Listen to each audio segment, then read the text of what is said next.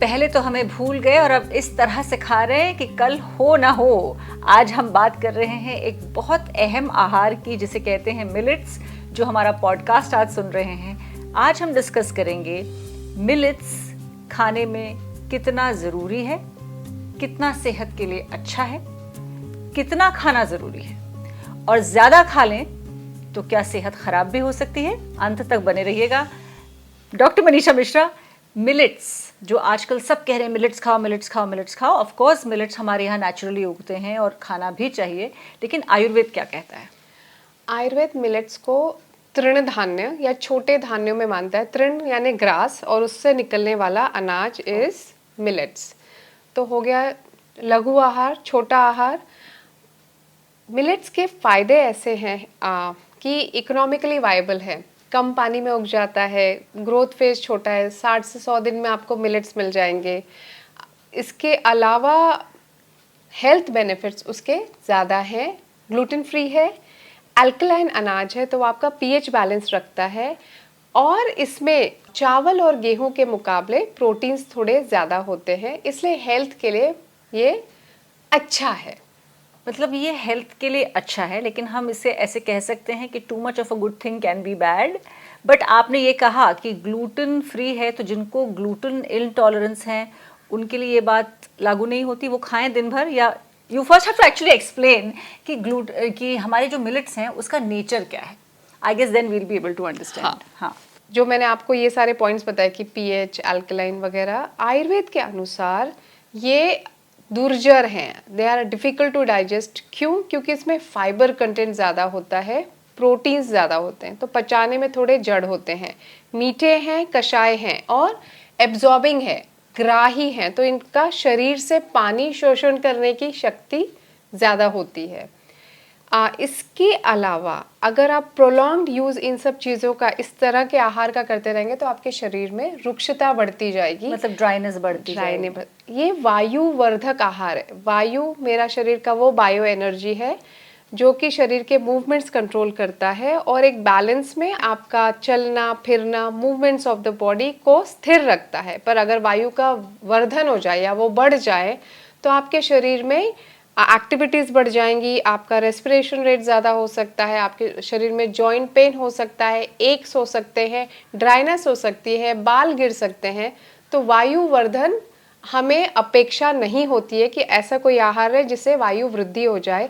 शरीर में वात, पित्त और कफ, इन 3 दोषों का बैलेंस होना ज़रूरी है और लगातार मिलेट्स खाने से आपके शरीर में वात की वृद्धि होने लगती है। सो हम जनरली जो हम कहते हैं कि हम खाते हैं अपने खाने में, रोटी खा ली, सब्जी खा ली, दाल खा लिया, चावल खा लिया, मिलेट्स भी खाते हैं। मिलेट्स में हमारे आगे जवार, करेक्ट, बाजरा, मैं मोटा मोटा नाम गिरी हूँ, बाकी आप नाम बताते रहना। मैं बता दूंगी। तो जवार, बाजरा, ये जनरली हमारे घरों में जब खाया जाता था तो बहुत से लोग तो रोज़ रात को खाते हैं इनमें से कोई एक, या फिर हफ्ते में एक बार खाया जाता था या महीने में एक बार खाया जाता है, सीजनल खाया जाता है। अगर हम पहले मिलेट की बात करें, जवार, तो जवार क्या हम रोज़ खा सकते हैं? नहीं, जवार रोज़ नहीं खा सकते हैं। जवार अच्छा अनाज है, पर अगेन जवार ठंडा होने के बावजूद दुर्जर है, पचाने के लिए जड़ है, डाइजेस्ट करने के लिए थोड़ा हैवी है, वो भी वायु का वर्धन करता है। जिन लोगों को ऐसी शिकायतें हैं कि उनको एसिडिटी है या ओबेसिटी है या पीसीओएस है, डायबिटीज़ है या अभी अभी डायबिटीज़ डिटेक्ट हुआ है, ऐसे लोग लंबे समय तक खा सकते हैं, पर 3-4 महीने खा के आप उसको ब्रेक दे दें और कोई और मिलेट या किसी और धान्य पे चले जाएं, क्योंकि लगातार एक मिलेट का सेवन आपके शरीर के लिए बहुत अच्छा नहीं है। ये जितने भी लोग आपने गिनाए जो ये खा सकते हैं, जो जवार खा सकते हैं और 3-4 महीने लगातार खा सकते हैं, तो क्या हम ये कहें कि रोज़ खा सकते हैं दोनों टाइम, या नहीं करना चाहिए? वैसे दोनों टाइम तो बिल्कुल नहीं खाना चाहिए। आपको मिलेट दिन के एक भोजन में शामिल करना चाहिए, या तो आप लंच में खाएं या तो डिनर में खाएं। चूंकि ये थोड़े जड़ होते हैं पचाने के लिए, आप इसको लंच में खाएं, डिनर में चावल या ऐसा ही कोई हल्का आहार रखें, इसको दिन में एक ही बार खाएं। Is it great for people with diabetes also? It is super for people with diabetes, because ये आपका ब्लड शुगर रेगुलेट करता है, लीवर को एक्चुअली अच्छा काम करने के लिए प्रोत्साहित करता है और शुगर लेवल्स कम करने में मदद करता है। तो डायबिटीज़ के लोग आराम से इसका सेवन कर सकते हैं। और किसे जवार 3 महीने भी लगातार हर रोज एक वक्त नहीं खाना चाहिए? जिनको कॉन्स्टिपेशन है, जिनको हमेशा सर्दी बनी रहती है, क्योंकि ये ठंडा अनाज है, उन लोगों ने जवार नहीं खाना चाहिए रोज। दुबले पतले लोगों को भी जवार कम खाना चाहिए, और अगर खाए ही, मन ही है खाने का, तो उसको बढ़िया घी लगा के खाए। मुझे बहुत अच्छा लगता है। ओहो, गरम गरम जवार उस पे घी डालो और खाओ। ओहो, आई लव इट। शुक्र है कि ऐसे खा सकती हूँ। But having said that, is it also high in calcium? Jawar is rich in calcium. It has good protein. It is low in carb. It has good level of iron too. तो minerals के मामले में ना millets अच्छे rich होते हैं, तो उनका सेवन इसीलिए भी कर सकते हैं because it has good calcium. पर अगर ऐसे भी जैसे अगर मैं अपने कैल्शियम इंटेक के लिए भी लेती हूँ जवार, तो मुझे उसको एक लिमिट में खाना चाहिए, maybe twice in a week. Twice in a week, yes. ठीक है, मतलब मॉडरेशन में हम आ गए हैं। हर चीज़ मॉडरेशन में। किसी भी चीज़ का अति करना आपके शरीर को नुकसानदायक ही होता है। और किसी के लिए ये टोटली वर्जित है जवार? नहीं, ऐसे किसी के लिए टोटली वर्जित नहीं है। बट अगर आपको थायराइड की कंडीशन है, तो जवार में कुछ एंटी गॉइटर या एंटी थायराइड एलिमेंट्स होते हैं जो पकाने से भी कम नहीं होते। सिमिलरली ये बाजरे में भी होते हैं। तो ये जो दो अनाज हैं, ये थायराइड के पेशेंट्स को बहुत ही कम खाने चाहिए। मतलब लाइक आज मन है, जमाने हो गए नहीं खाया तो हम खाएंगे, बट देन इट्स ओके। लोग फीस्ट में पूरियां खाते हैं, आप जवार या बाजरे की रोटियां खा सकते हैं। समझिए, मतलब इतना कम खाना है उसे। बाजरे की बात हो ही गई, तो बाजरे के बारे में बताएं। बाजरा विंटर फूड है, गर्म है। बाजरा अगेन उसमें बड़े सारे कैल्शियम, प्रोटीन, मिनरल्स, मैग्नीशियम सब कुछ है। किसको बाजरा रोज खाना चाहिए? जिनको कफजन्य विकार है, यानी जिनको अस्थमा है, जिनको लगातार खांसी बनी रहती है। रोज मतलब विंटर में? हाँ, विंटर में। अदरवाइज भी किसी और सीजन में आप हफ्ते में 2-3 बार खा सकते हैं। अगर आपको कफजन्य विकार है, जिसको मैंने गिनाया कि अस्थमा है, खांसी है, आपको माइग्रेन है, तो आप बाजरा खाए। Really? या उनके लिए ये रिलीफ देता है। ओबेसिटी है तो बाजरा खाएं, क्योंकि आपके पानी का शोषण करता है, पानी खींच लेता है। डायबिटीज है तो बाजरा खा सकते हैं, बट बैलेंस करके। बट बाजरे का आयुर्वेद में नाम है दुर्जरा। दुर्जरा यानी पचने के लिए बड़ा डिफिकल्ट। दुर्जर सिंह। हाँ, ऐसा लग रहा है। पचने के लिए वैसा बहुत मुश्किल है। तो अगर आप बढ़िया एक्टिव लाइफस्टाइल रखते हैं, जिम में वर्कआउट करते हैं, तो आप बाजरा रोज खा सकते हैं। वरना अगेन बाजरा 15 दिन में एक बार, हफ्ते में एक बार, वो भी खूब सारे घी के साथ। ये हो गया बाजरा, जवार, ये मेजर मिलेट्स है। कोई एक और भी तो है मेजर, कौन सा है? नर्तकी। ओहो, नाचने। मतलब ये कमाल है, ये तो हमें खाना चाहिए बहुत खुशी से। आओ बहन, खाए तुम्हें।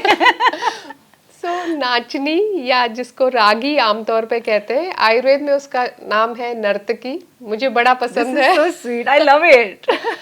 मीठी है, थोड़ी सी बिटर है, ठंडा अनाज है ये, और ये बढ़िया अनाज है। इसको आप हफ्ते में 3-4 बार भी खा सकते हैं, बिकॉज इसमें कैल्शियम बड़ा मजबूत होता है, आयरन अच्छा होता है, और छोटे बच्चे से लेके बूढ़ों के लिए सबके लिए सुपर्ब अनाज है। तो इसको मैं ऑलमोस्ट अच्छे फूड में गिनती हूँ, और आप इसको हफ्ते में 3-4 बार खा सकते हैं। इसका पॉरेज भी बना के खा सकते हैं। इसके तो मल्टीपल रेसिपीज है, जिसके बारे में आप मुझसे सवाल पूछे, हम बताते जाएंगे। तो ये जो रागी है, इसका कोई टाइम फ्रेम है कि इस मौसम में खाएं, इस मौसम में ना खाएं, ऐसा कुछ है? नहीं, ऐसा कुछ भी नहीं है। आप रागी हर सीजन में खा सकते हैं। रागी से मुझे याद आया कि जब मेरा बच्चा छोटा सा था, तो अब सब उसे चॉकलेट ला के देते थे, तो मैं कहती तो बड़ा चॉकलेट चॉकलेट हो रहा है, मैं क्या करूं? तो मैं उसे बेवकूफ़ बनाने के लिए ना रागी का हलवा बना के खिलाती थी, और उसको कई सालों तक मेरे बच्चे को ये लगता था कि चॉकलेट तो एक्चुअली ये है रागी का हलवा। अब बड़ा हो गया, प्रॉब्लम हो गई है। सो यस, बच्चों के लिए it's very good. It is very good. बच्चों को तो उसका आई थिंक खीर भी बना के कई माएँ खिलाती हैं, और ये बहुत ही पोषण से भरपूर अनाज है। कौन कौन खा सकता है इसको? जिनको एसिडिटी है, क्योंकि ये ठंडा है, पित्त और कफ दोनों का शमन करता है। जिनको एनर्जी चाहिए, जो काफ़ी थके रहते हैं, it is an energy providing grain. The protein content is high. इसमें ट्रिप्टोफैन है, तो जो सो नहीं पाते उनके लिए भी ये अनाज अच्छा है। इसमें विटामिन बी अच्छा होता है, B12 के मात्रा भी ठीक ठाक है, तो जिनको B12 की कमी है वो भी ये अनाज खा सकते हैं। उसके अलावा ऐसे कई अमाइनो एसिड्स हैं जो आपका शुगर रेगुलेट करते हैं, तो जिनको डायबिटीज़ है वो भी ये अनाज अच्छी तरह खा सकते हैं। जिससे मुझे दूध में बहुत पसंद नहीं आता, तो मैं नाचने की रोटी और उस पे घी और साथ में गुड़, चलता है ना ये कॉम्बिनेशन? बिल्कुल बढ़िया कॉम्बिनेशन तो हम है। ऐसे खाते हैं, आप भी ऐसे खा सकते हैं। तो ये हमारे 3 मेजर मिलेट्स हो गए, और रागी किसी के लिए वर्जित नहीं है, मतलब सब खा सकते हैं। सब That's खा one thing. सकते हैं आप, पर अगर आपको बहुत ड्राइनेस है शरीर में तो रागी को सिर्फ घी के साथ खा लें तो आपको पोषण मिल जाएगा उसका। इसके अलावा हमारे पास और भी कोई मिलेट्स हैं जो मेजर मिलेट्स में आते हैं? माइनर मिलेट्स क्या हैं? माइनर मेजर तो नहीं, मिलेट्स होते हैं जो कम इस्तेमाल होते हैं। जब मैं मेजर मिलेट्स कह रही थी उसका इस्तेमाल ज्यादा है। देखा, मेजर और माइनर हो रहा है। ये ना लोग उपवास में खाते हैं। एक है सावा का चावल, हाँ, जिस सामा होता है, सामा होता है, ये समा होता है। कुछ सावा बोलते हैं, कुछ सामा बोलते हैं, कुछ समा बोलते हैं, और आयुर्वेद उसको श्यामक कहता है। अच्छा, शामक, ऐसा नाम क्यों है? उसका जब वो अनाज आता है विद इट्स कवर, वो कवर ग्रे कलर का होता है, तो Shyam is something which is dark, तो श्यामक। और ये वाला मिलेट हम कब खाते हैं? उपवास, उपवास में, fasting. Again very heavy to digest and परमग्राही इसमें बोला गया है। Sorry, I am cutting you. अगर ये हैवी टू डाइजेस्ट है तो ये फास्टिंग के वक्त क्यों खाते हैं?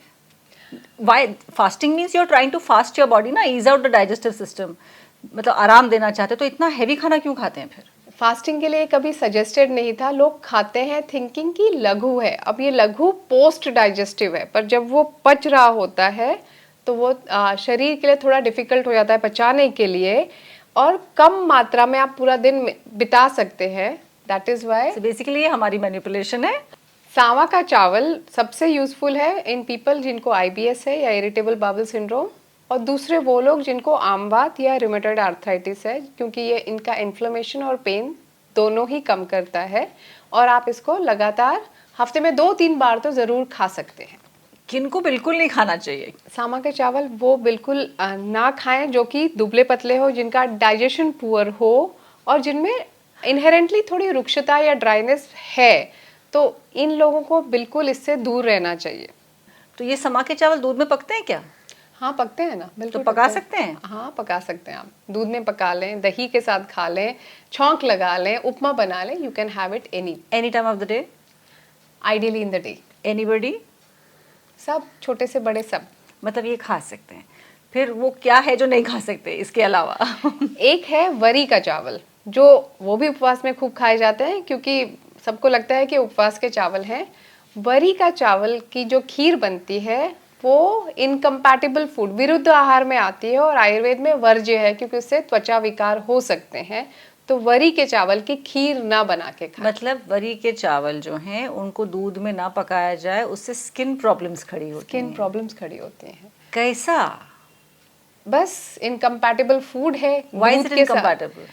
So it is very heavy and it is also warming and it is also drying, and दूध जो है वो स्निग्ध है, कूलिंग है। अब इन दोनों को साथ में जोड़ दें तो it does not become a good combination. और क्या स्किन कंडीशंस हो सकती हैं? सोराइसिस हो सकता है। Really? हाँ हाँ, ड्राई स्किन, इचिंग, कुछ भी हो सकता है। जैसे एलर्जी के सिम्टम, त्वचा की एलर्जी आपको कैसे पता चलती है?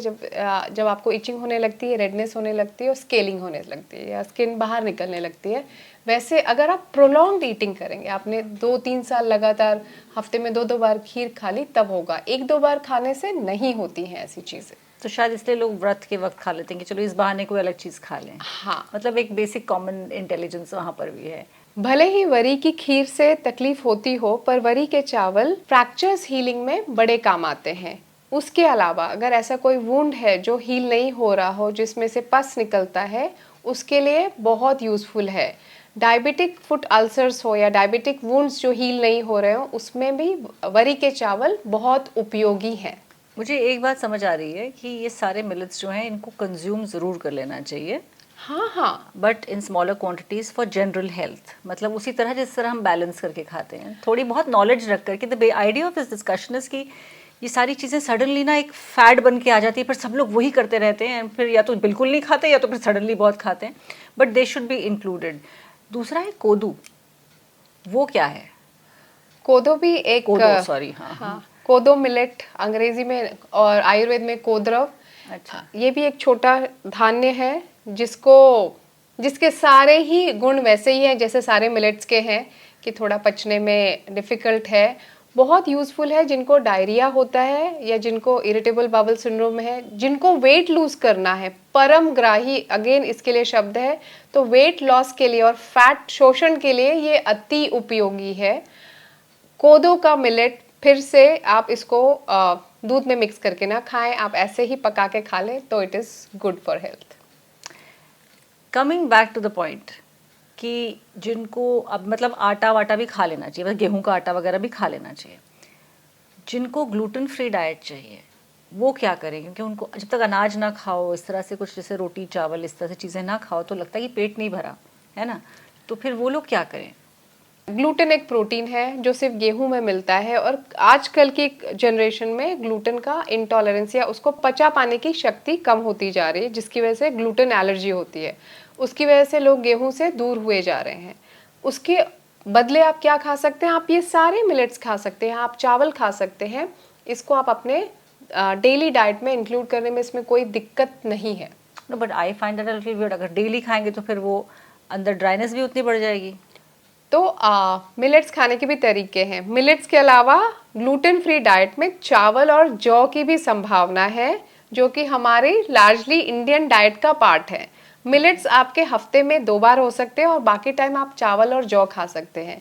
मिलेट्स आप डाइट में इंक्लूड कर रहे हैं तो उसको तरीके सिंपल हैं जिससे कि आपके शरीर में रुक्षता कम हो।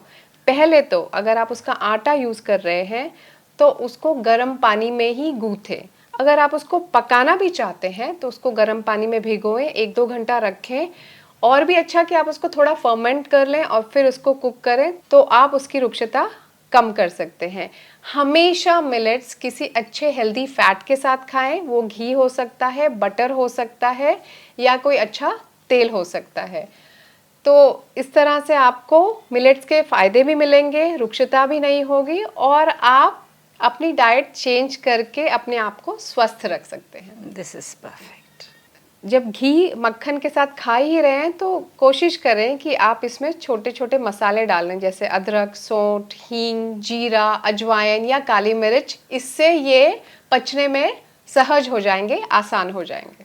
सो जो वात प्रवृत्ति के हैं और उनको ग्लूटेन फ्री भी खाना है और वो रोज मिलेट्स खा रहे हैं, ठीक है, what is the worst that can happen health wise to them? तो इनहेरेंटली इनकी प्रकृति ऐसी है कि ये रुक्ष हैं, त्वचा से रुक्ष हैं, अपने डाइजेस्टिव सिस्टम से प्रोन टू कॉन्स्टिपेशन है, प्रोन टू ब्लोटिंग है। अब आपने ऑलरेडी चीज़ें जो खराब है उसमें और ऐसी ही चीज़ें डालनी शुरू की, आपने थोड़े से पानी में बालू डालनी शुरू की, तो रुक्षता बढ़ती ही चली जाएगी। इसलिए ये लोग जब मिलेट खाएंगे तो ड्राइनेस हद बढ़ जाती है, स्किन में इचिंग होती है, स्किन पील ऑफ हो सकती है। मेरे पास तो पेशेंट्स आए हैं कि जिनको हंसते हैं तो होंठ फट जाते हैं क्योंकि उन्होंने मिलेट्स खाए थे to lose weight. Thought process में दिक्कत होती है, मेमोरी ठीक से याद नहीं रख पाती, फोकस कंसंट्रेशन खराब रहता है, डाइजेशन खराब रहता है, एसिडिटी रहती है, वायु इतना बढ़ जाता है कि अगर मैं उनको ऐसे दबाऊं तो उनकी डकारें निकलती है। नो, यस, इसको साम वायु कहते हैं, और ये लाइफस्टाइल और गलत खान पान से और बढ़ता है। तो मतलब मिलेट ज़्यादा खाने से आप टोटली डिसबैलेंस हो जाते हैं इन अ वे, वायु आपका डिसबैलेंस हो गया। हाँ, ये नित्य सेवनीय आहार है ही नहीं, ये मैं फिर से रिपीट कर रही हूँ। इसलिए हफ्ते में 1 बार, हफ्ते में 2 बार, हमेशा हमारे खाने में वैरायटी होनी चाहिए। इसलिए पूरे 30 दिनों में आप 5 से 6 बार मिलेट ज़रूर खाएं, उसके साथ चावल, जौ, गेहूं को एक साथ रखें और इस तरह से अपना खाना प्लान करें, तो आप मिलेट्स के फ़ायदे भी उठा सकते हैं और एनर्जी कार्बोहाइड्रेट से बाकी अनाजों से ले सकते हैं। और जो वीगन्स हैं उनके लिए भी ये सारे मिलेट्स करेक्ट हैं? बिल्कुल करेक्ट है। वीगन क्यों नहीं खा सकते? बिल्कुल खा सकते हैं, पर उसी तरह खाना होगा जिस तरह से हमने कहा है कि खाना होगा। हाँ, मिलेट खाने के नियम है, मिलेट खाने का आपका कैलेंडर है, आप उसको फॉलो करें, आप हेल्दी ज़रूर रहेंगे।